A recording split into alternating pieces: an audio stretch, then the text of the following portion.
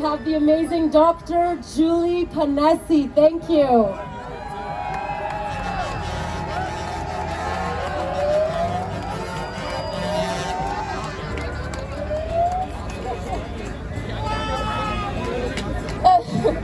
The right to life, liberty, security of the person, the right to equality before the law and the protection of the law, freedom of religion, freedom of speech, freedom of assembly and association, freedom of the press.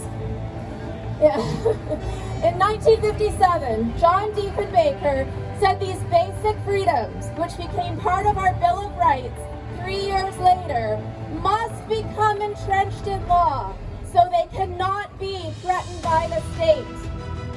Today, these freedoms are not just threatened, they've been taken from us, and they're in danger of being lost forever. In a single year, liberal democracy in Canada has been obliterated by the son of the man who embedded these fundamental freedoms into our Constitution. We have for 2 years endured a pandemic of coercion and compliance. We have ground our healthcare system, our political institutions, and our economy to a halt in order to prevent the spread of a virus for which we have all along had safe, effective treatments. Instead, we've been force-fed a doomed-to-fail, vaccinate-the-world escape plan that never should have been approved in the first place.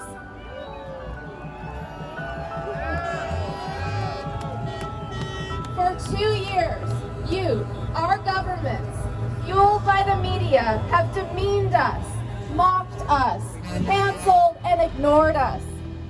We have tried to engage in discussions about the medical, legal, and ethical aspects of the pandemic response, and you just called us names. You have taken our jobs, drained our savings accounts, tried our friendships, and broken our families, and extinguished our children's hope for the future. You have stripped doctors of their licenses, police of their badges, and teachers of their classroom privileges. You have called us fringe, uneducated, scientifically illiterate, and morally bankrupt. You have said you have no sympathy for the unvaccinated, that they don't deserve medical care, that they don't deserve a voice in society or a place in democracy. You have nurtured the seeds of distrust and fanned the flames of hatred between us. But perhaps worst of all, we have allowed you to do it. We have allowed you to break our trust in each other and our confidence in our ability to think for ourselves. And now you hide and run when the truth is on your doorstep.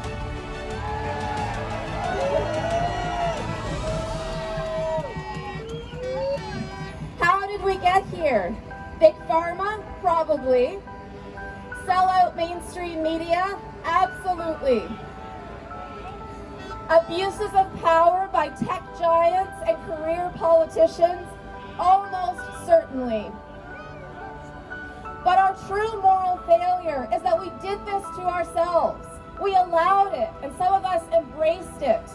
We forgot that for a while, freedom needs to be lived every day, and that some days we need to fight for it. We forgot that, as Premier Brian Peckford said, even in the best of times, we are only a heartbeat away from tyranny. But we are waking up, and we won't be so easily seduced or coerced again. To our governments, the cracks are showing. The dam is breaking. The facts are not on your side. You can't keep this up any longer. The pandemic is over. Enough is enough. You are our servants. We are not your subjects. tried to mold us into hateful, terrified, demoralized people. But you underestimated the challenge. We aren't so easily broken. Our strength comes from the bonds of family and friendship, of history, of our home and native land. You didn't realize the strength of our doctors and nurses on the front line in Alberta.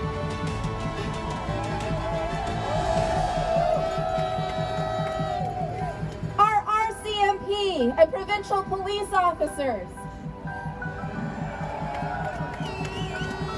The ferocity of a mother fighting for her child. And my goodness, the truckers who rolled courage into Ottawa on 18 wheels.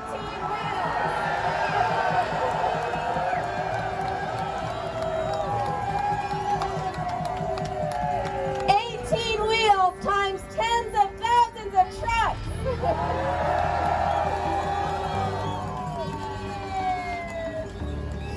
To the families of those who have lost children, your tears will be a stain on our country forever.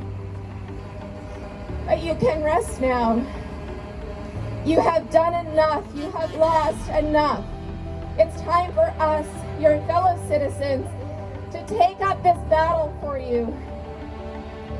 To the truckers who drove across Canada to stand up for all of us, to fight for all of our freedoms, you are electrifying this moment in history.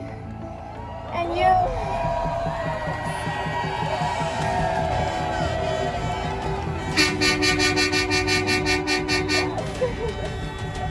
are awakening a passion and a love for this country we thought we had lost forever.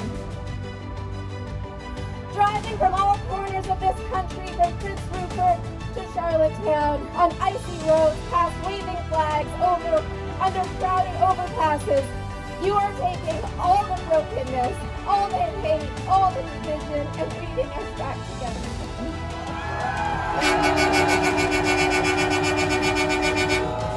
In one simple, united, powerful action, you are the leaders we so desperately need.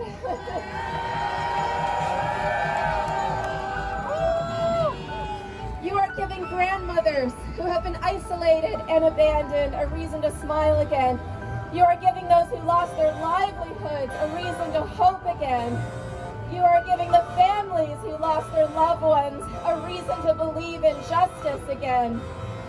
You have made our Constitution sing again.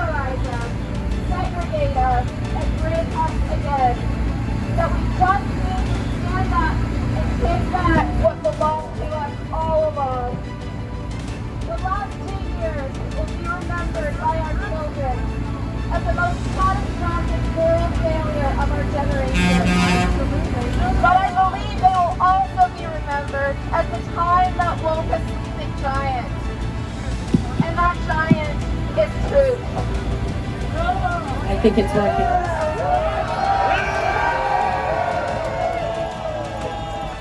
And the thing about truth is it's buoyant. It's lighter than the lies and deception, and it always rises to the top. Whoever was there today, I know and power